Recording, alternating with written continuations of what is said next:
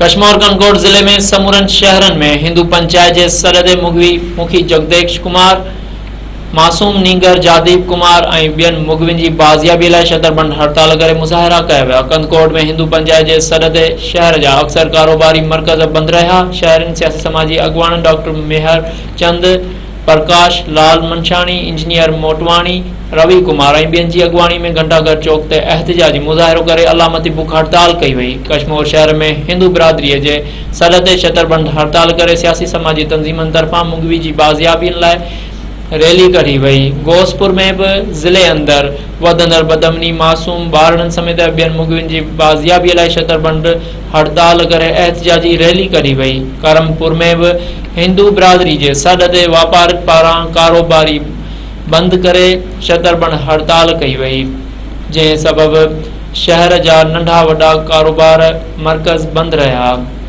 हिंदू पंचायत तरफा मुखी नानक राम और बियन के अगवानी में मुज़ाहिरो किया वियो।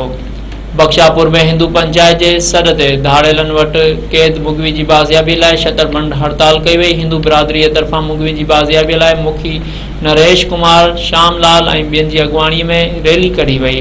बडानी शहर में हिंदू पंचायत के सरहद मुगवी की बाजियाबी लाइ शतरबंद हड़ताल करे एहतजाजी रैली करी वही। उन मौके ते अगवान खिताब कंदे चयो त जेसिताईं समूरन मुगविन के बाजियाब न थींदा तेसिताईं एहतजाज जो सिलसिलो जारी रहंदो।